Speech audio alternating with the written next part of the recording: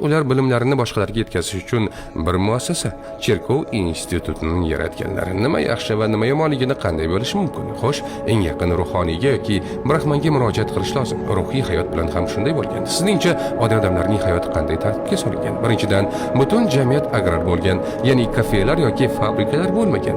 Faqat bug'doy, sholi yoki sizning iqlimingizda o'sadigan boshqa o'simliklar bor dallar bo'lgan. Odamlarning 99% shu tarzda yashab, g'alla yetishtirish va chorvachilik bilan shug'ullanishgan. Ikkinchidan, barcha odamlar tabaqalarga bo'lingan va har bir tabaqa avloddan avlodga o'tadigan o'z huquq va majburiyatlariga ega bo'lgan.